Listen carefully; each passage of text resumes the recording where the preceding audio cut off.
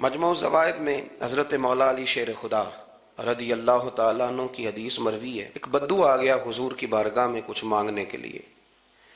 مولا کائنات رضی اللہ تعالیٰ عنہ فرماتے ہیں سرکار جب کسی بات کا جواب نہ دینا چاہتے تھے تو خاموش ہو جاتے تھے، کچھ دیر خاموش رہتے تھے، اور حضور کا خاموش رہنا بھی ہمارے محدثین نے محفوظ کیا ہے۔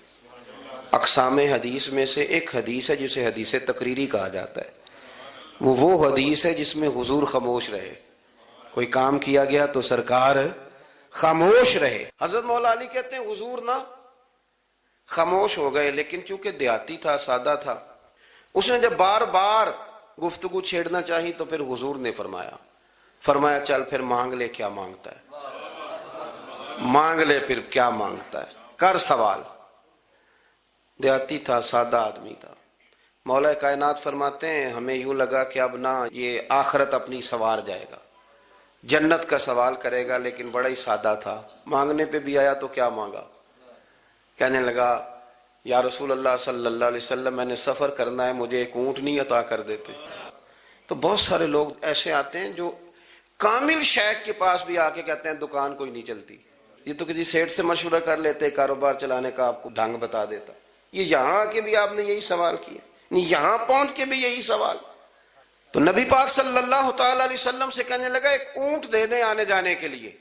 حضرت علی کہتے ہیں ہمیں بڑا افسوس ہوا، یار تو آیا کہاں پہ ہے اور تو مانگ کیا رہا ہے، تو بارگاہ دیکھ اور اپنا سوال دیکھ، تو کہاں کھڑا ہے، کیا مانگ رہا ہے۔ حضور مسکرائے اور مسکرا کر کے فرمایا کہ اونٹ تجھے دیا، چل کچھ اور بھی مانگ لے۔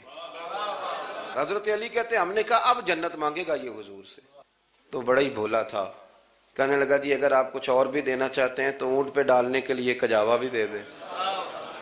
تو حضرت مولا علی شیر خدا فرماتے ہیں ہمیں پھر بڑا افسوس ہوا کہ یار دیکھو اتنا چانس ملا پھر کھو دیا۔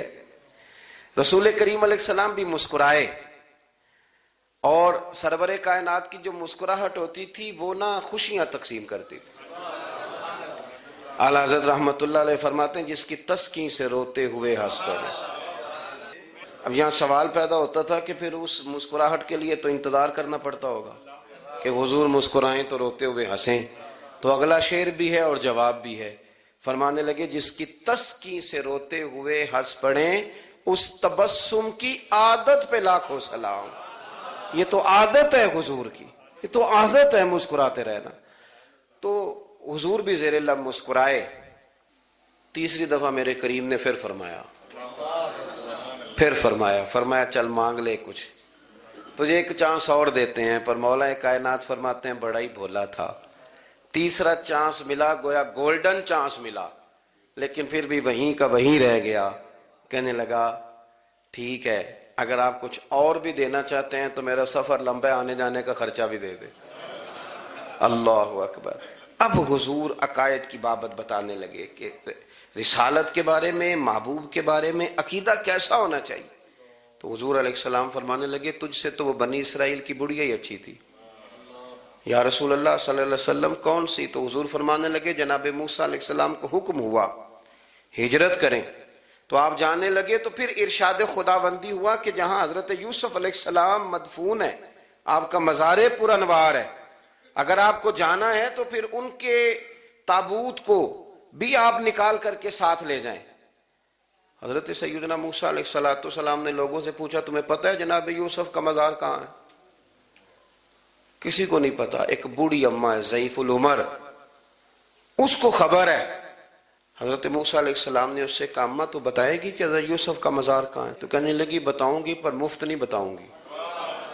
یہ حضور بیان کر رہے ہیں، بتاؤں گی پر فری میں نہیں بتاؤں گی، میں نا مفت تھوڑی بتاؤں گی۔ فرمایا چل تو اپنی قیمت بتانے کی۔ تو کہنے لگی میں اس شرط پہ جناب یوسف کے مزار کا پتہ بتاؤں گی کہ آپ مجھے جنت میں وہ والا گھر دیں گے جس کے پڑوسی جناب موسیٰ علیہ السلام ہو، آپ کے پڑوس میں گھر چاہیے۔ تو حضرت موسیٰ کلیم فرمانے لگے اماں چل جنت مانگ، تو نبیوں کے قریب مکان مانگ رہی ہے، وہ تو بڑا اونچا درجہ ہوگا، تو بڑی دور پہنچ گئی، اتنی بڑی سوسائٹی میں پلاٹ مانگ لیے، وہاں پہنچ گئی۔ تو بوڑھی کہنے لگی ٹھیک ہے پھر اگر یہ معاملہ ہے تو پھر ختم ہو گئی بات، اگر آپ نہیں بتاتے تو جائے میں بھی نہیں پتہ بتاتی۔ یا وہ اڑ گئی، ٹھہر گئی، اور اڑی بھی کس طرح، یہ بھی میرے اللہ کی توفیق، میری طلب بھی تو تیرے کرم کا صدقہ ہے، میری طلب بھی تو تیرے کرم کا صدقہ ہے، یہ پاؤں اٹھتے نہیں بلکہ یہ اٹھائے جاتے ہیں۔ تو وہ کہنے لگی میں نہیں پھر بتاتی، آپ کسی اور سے پوچھ لیں۔